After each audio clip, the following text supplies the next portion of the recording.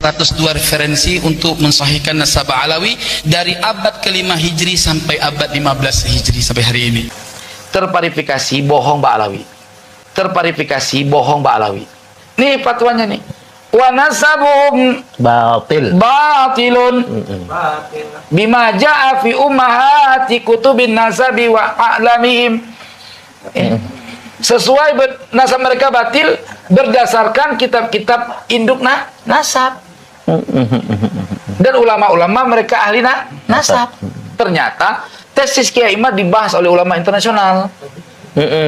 Dan hasil bahasan ulama internasional memverifikasi bahwa dapat diverifikasi lagi mustahil Ahmad bin Isa melahirkan Ubaidillah. Kenapa? Karena Ubaidillah dalam catatan Ba'alawi lahirnya 295 Hijri. Mana mungkin seorang anak lahir bapaknya udah mati, udah meninggal. Ketiga, tidak mungkin Ahmad bin Isa hijrah ke Yaman tahun 317. Kenapa? Karena Ahmad bin Isa sudah meninggal.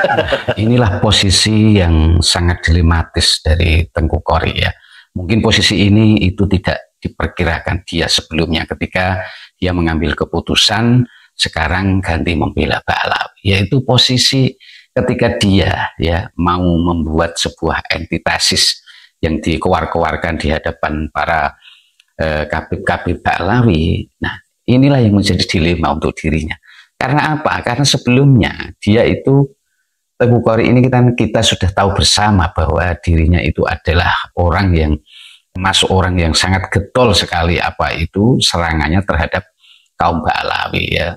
Statement-statementnya itu termasuk yang apa bisa dikatakan itu sangat panas ya, yang begitu mungkin menyakitkan untuk kaum Ba'alawi. Nah, di situ statement-statement Tengku Qori ini ya, ini akan menjadi bumerang untuk dirinya sendiri ketika dirinya itu membuat antitesis. Jadi ini kita sangat saya sendiri itu sebenarnya kasihan ya untuk Tengku Qori ya. Mungkin ini tidak dipikirkan sebelumnya ya. Ketika dia membuat antitesis, pernyataan dia sebelumnya akan menjawab kepada dirinya sendiri ya. Akan menjawab kepada dirinya sendiri ya. Ya, untuk lebih jelasnya silakan nanti disimak saja videonya ini dari Ustadz Suparman ya, ketika beliau Ustadz Suparman itu berbincang dalam sebuah podcast bersama Tengku Qori ya. Ini tentu sangat menarik sekali ya untuk para kabib-kabib ya, untuk para apa itu kibin-kibin, mungkin kabib-kabib ya terutama ya, yang mungkin ketika Tengku Qori memutuskan untuk ikut membela mereka, mungkin mereka seperti mendapatkan angin segar. Tapi sebenarnya kalau si para habib-habib Ba'alawi ini itu kritis ya, kalau seandainya mereka itu berpikir secara matang, secara dalam, justru ini akan menambah semakin rungkatnya nasab mereka, semakin lemahnya nasab mereka, semakin menunjukkan, semakin dipertontonkan kalau nasab mereka itu betul-betul sangat lemah sekali sambung kepada baginda Nabi, semakin menunjukkan nasab mereka itu batal. Karena apa?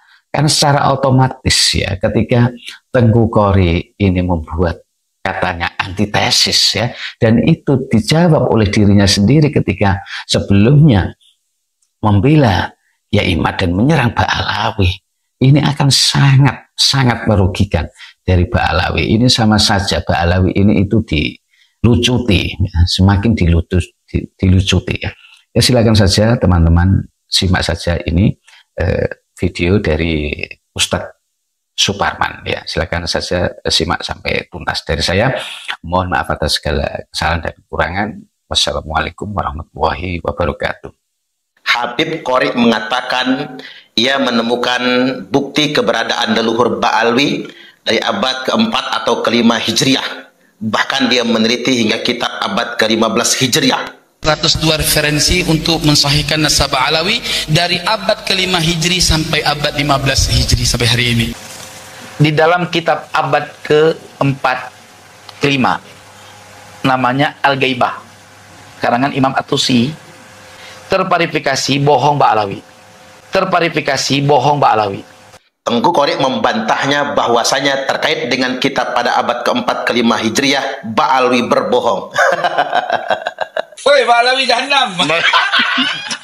Nasab lo urungkan, lo liatin aja. Ini sumbernya saya juga. Jahannam betul.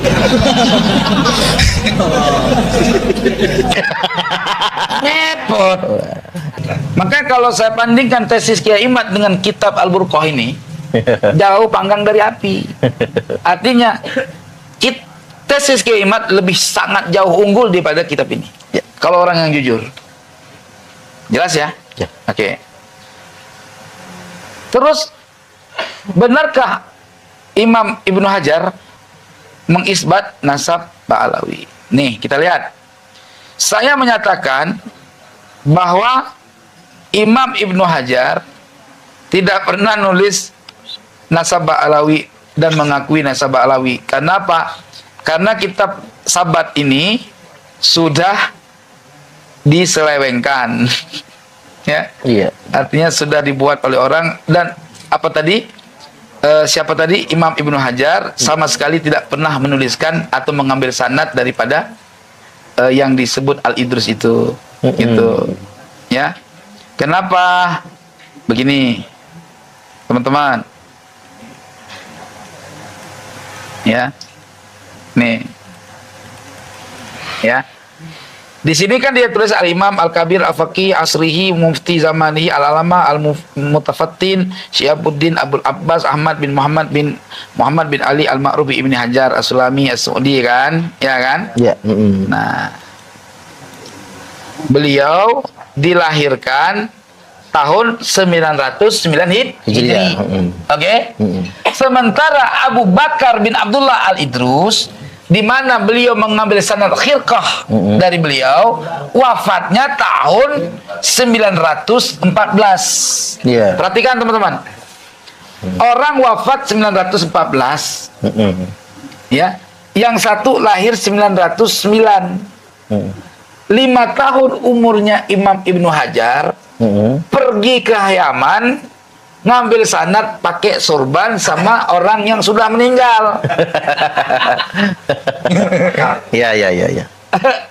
Ini semua aneh, tapi nyata. Gitu. Ini kita bahas, kita boleh jadi ini tuh kalau kita tinjau, ternyata kitab ini hasil imla, bukan karya tulis tangannya Imam Ibnu Hajar, disalin ulang oleh muridnya. Kemungkinan besar ada pemalsuan di proses penyalinan. Itu dia. Boleh jadi pemalsuan itu dipalsukan oleh mereka. Mereka kan mahir bagian-bagian begitu, Pak. Yeah. Kalau kita kan nggak pinter. Ya. Kalau bagian-bagian begitu kita nggak pinter. Nih. Ya. Lucu kan? Di sini malah dibilang bahwa Imam Ibnu Hajar menggelar Abu Bakar bin Abdullah Al-Idrus Syekhul Jinni wal Insi wal Malaika. Muhakkik mengatakan perkataan Syekhul Jinni wal Insi wal Malaika ghairul madhiyah. Enggak diridhoi oleh musannif. Palsu kan? Palsu. Jadi data untuk menyebutkan mereka sebagai said itu hasil buatan. Jadi gua nggak percaya ini kitab ini. Bukan nggak percaya isinya, enggak percaya kitabnya, tapi isi yang berhubungan dengan Ba'alawi ini sisipan. Ya. Sederhananya sisipannya yang palsu. Iya. Padahal di atasnya, di mukadimah awal, Al-Imam Ibnu Hajar Al-Haytami mengatakan orang-orang ahli bid'ah kalau dimintain sanad mereka nggak bisa nunjukin sanad. Kenapa di sini Imam Ibnu Hajar mengambil sanad sama orang yang udah mati? Iya. Ya umur 5 tahun. Umur 5 tahunnya Sayyidina Syekh Al-Imam Ibnu Hajar, siapa tah? Abu Bakar bin Abdullah Al-Idrus sudah meninggal. Ya. Jelas? Oke? Jelas ya? Jelas. Nah, berarti Imam Ibnu Hajar masih di dalam perut. Ini udah tua. Udah mau meninggal gitu. Begitu lahirnya Imam Ibnu Hajar, Brojol baru lahir, baru 5 tahun kemudian Abu Bakar Ali terus meninggal kapan ngambil khirqah. Ya. Gitu loh. Hitung dah. Oke. Nah, menyebutkan nama-nama As-Said, As-Sarif itu belum isbat. Belum isbat. Kenapa? Karena orang dalam menulis itu kan mengikuti nama yang sudah syuhroh, dia sudah masyhur, dia dikenal oleh muridnya sebagai orang yang dipanggil Sayyid. Ya nggak mungkin dipanggil nggak. Qala Abdullah Al-Idrus. Ya, sementara dia sudah dipanggil Sayyid oleh muridnya. Ya ta'adduban wa takriman qala As-Sayyid. Kalau kita dikenal antum dikenal Kiai. Qala Pak Superman kan songong musanib begitu. Paham ya? Iya kan, benar nggak? Iya, qala al-Ustad Suparman misalkan. Ya nggak? Qala Syekh Suparman karena masyhurnya Syekh. Gitu kan? Kalau masyhurnya Syekh dipanggil Habib, ya marah orang. Yeah. Gitu loh. Paham nggak? Itu namanya mengungkapkan gelar. Teman-teman yang dirahmati oleh Allah, lanjut kepada fatwa, ya. Ulama ahli nasab mengeluarkan fatwa dalam 22 halaman muktamar di Lebanon membahas nasab Ba'alawi. Ternyata tesis Kiai Imad dibahas oleh ulama internasional. Dan hasil bahasan ulama internasional memverifikasi bahwa wa yutliquna alaihim kadzalika bani alwi wa ali alawi yaskununa fil Yaman. Dan mereka ahli nasab mengitlakkan Kamalul Hud, ya, sama seperti mengitlakkan Bani Alawi dan Ali Alawi. Jadi di Baghdad, di Irak sana, ada orang ngaku keturunan Ba'alawi, tetapi dia namanya Kamalul Hud. Dia, ya. Nah, mereka itu berkediaman di Yaman. Jelas ya? Wa yantasibuna hasiba umudihim an-nasabi al-maz'umi ila Alwi bin Ubay, Baidillah bin Ahmad bin Isa bin Muhammad bin Ali Al-Uraidi bin Imam Ja'far As-Sadiq. Ya kan? Yeah. Nih fatwanya nih. Wa nasabuhum batilun bima ja'a fi ummahati kutubin nasabi wa a'lamihim. Sesuai nasab mereka batil berdasarkan kitab-kitab induk nasab. Dan ulama-ulama mereka ahli nasab. Qala Al-Fakhri Ar-Razi fi kitab Syajarah Al-Mubarakah. Terus sampai habis nggak ada namanya Ubaidillah. Ini hasil fatwa. Fatwa ulama ahli nasab. Ahli nasab. Beliau membuat 22 halaman dengan diberikan judul As-Suyuful Mujliyah. Sekretaris penulisannya apa? Dengan kolam dengan tulisan Yasin Al-Khalidar. Kakeknya adalah pengarang kitab Ma'alimul Ansab, Sarah Sirru Silsilatil Alawiyah. Dan dia sudah masyhur sebagai ahli nasabah. Karena saking kedeknya Mbak Alawi, mukibinnya, dibilang insinyur kok jadi ahli nasab. Ya, itu. Iya kan? Di dalam kitab abad ke-4, ke-5, namanya Al-Gaibah, karangan Imam At-Tusi, terverifikasi bohong Mbak Alawi. Nih. An Ahmad bin Isa Al-Alawi min waladi Ali bin Ja'far qala dakhaltu ala Abil Hasan alaihi salam bi Suriah. Yang ingin saya verifikasi di sini adalah Ahmad bin Isa Al-Alawi, cucunya kan gitu. Min walad bukan bin. Cucunya Ali Al-Uraidi. Ya kan? Berarti maksudnya apa? Ahmad bin Isa bin Muhammad bin Ali Al-Uraidi Al-Alawi, kan gitu kan, itu pernah bertemu kongkoan, ya, di Suriah Madinah, ya, dengan Abil Hasan Al-Askari. Percaya, paham ya? Ya. Ya, saya ini pahami ya. Imam Ja'far punya anak Musa Al-Kazim, Ali dan Ali Uraidi. Sepadan ya? Ya, sepadan. Tua-tua lah antara dua itu, ya. Musa Al-Kazim punya anak Ali Ridha, derajat kedua.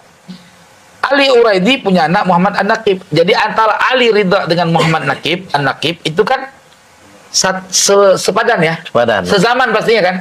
Oke. Muhammad An-Naqib punya anak Isa. Ali Ridha punya anak Muhammad Jawad. Sepadan masih kan?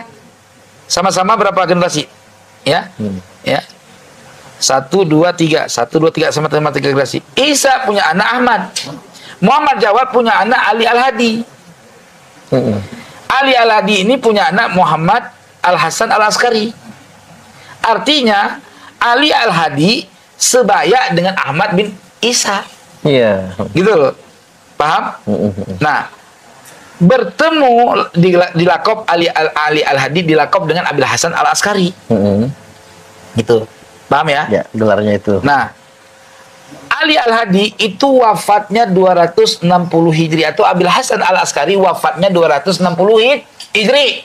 Paham nih ya? Paham ya? Terakhir nih. Sementara Ahmad bin Isa bertemu dengan beliau pasti sebelum wafat. Kalau Abil Hasan Al-Askari wafat 260 Hijri, berarti pertemuan di antara orang itu berdua tentu sebelum 260 Hijri. Bisa 250 Hijri, bisa 255 Hijri, atau bisa 240 Hijri, kan gitu. Benar nggak kira-kira? Yang ingin saya klarifikasi, dalam catatan Ba'alawi, Ahmad bin Isa lahirnya 260 Hijri satu riwayat. Wafatnya 345. Dalam riwayat lain, Ahmad bin Isa lahirnya 290 Hijri. Ya, wafatnya 345 Hijri sama. Pertanyaan saya, kita ambil aja wafat yang 260 Hijri. Mungkinkah Abil Hasan yang wafat 260 Hijri ketemu dengan orang yang baru lahir di tahun 260 Hijri? Nggak mungkin kan? Artinya Ahmad bin Isa diperkirakan wafatnya 280 Hijri sampai 300 Hijri. Ya. Saya lebih condong 280 Hijri. Ya. Dapat diverifikasi lagi, mustahil Ahmad bin Isa melahirkan Ubaidillah. Kenapa? Karena Ubaidillah dalam catatan Ba'alawi lahirnya 295 Hijri. Mana mungkin seorang anak lahir bapaknya udah mati, udah meninggal. Ketiga, tidak mungkin Ahmad bin Isa hijrah ke Yaman tahun 317. Kenapa? Karena Ahmad bin Isa sudah meninggal. Jelas ya?